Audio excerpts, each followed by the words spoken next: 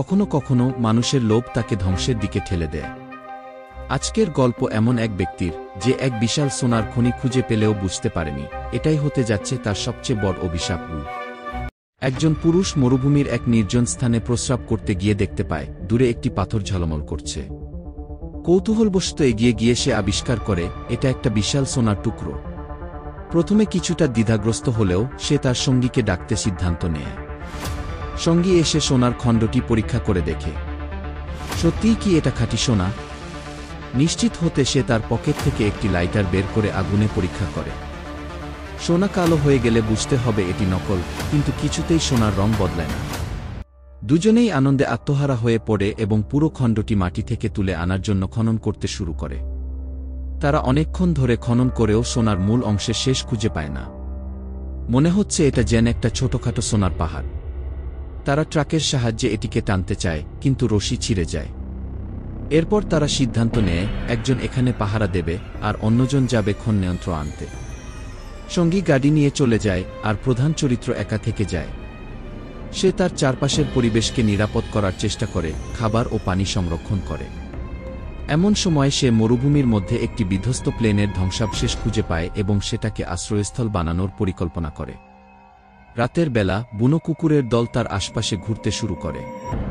সে আগুন জ্বালিয়ে ও লাঠি হাতে তাদের প্রতিহত করতে থাকে। পরের দিন সে একটি অচেনা নারীর দেখা পায়। নারীটি তার পরিচয় সম্পর্কে সন্দেহ প্রকাশ করে। তার কার্যকলাপে নারীটি বুঝতে পারে এখানে কিছু একটা লুকানো আছে। এরপর সে সোনার সন্ধান পেতে প্রধান চরিত্রের আশ্রয়ে প্রবেশ করতে চায়। পুরুষটি নারীর সন্দেহ দূর করার চেষ্টা করলেও নারী তার উদ্দেশ্য থেকে সরে আসে না। এক পর্যায়ে পুরুষটি নারীর উপর হামলা করে এবং হত্যা করে। এরপর মরুভূমিতে তার দেহ পুঁতে ফেলে। কিন্তু কয়েক ঘন্টা পরেই সে দেখতে পায় বুনো কুকুরেরা সেই লাশ তুলে নিয়ে গেছে। শেষমেশ সে লাশটি পুড়িয়ে ফেলে যেন কোনো প্রমাণ না থাকে।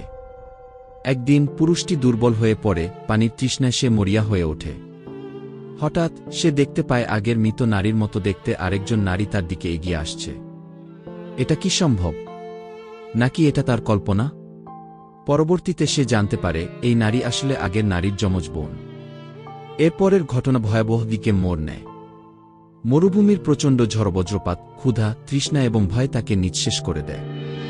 হঠাৎ সে শুনতে পায় তার সঙ্গী ফিরে আসছে। কিন্তু যখন সে তার চারপাশে তাকায় তখন দেখে হিংস্র সাপতগুলো তার চারপাশে জড়ো হয়েছে। শেষ পর্যন্ত লোভ তাকে কোথায় নিয়ে গেল?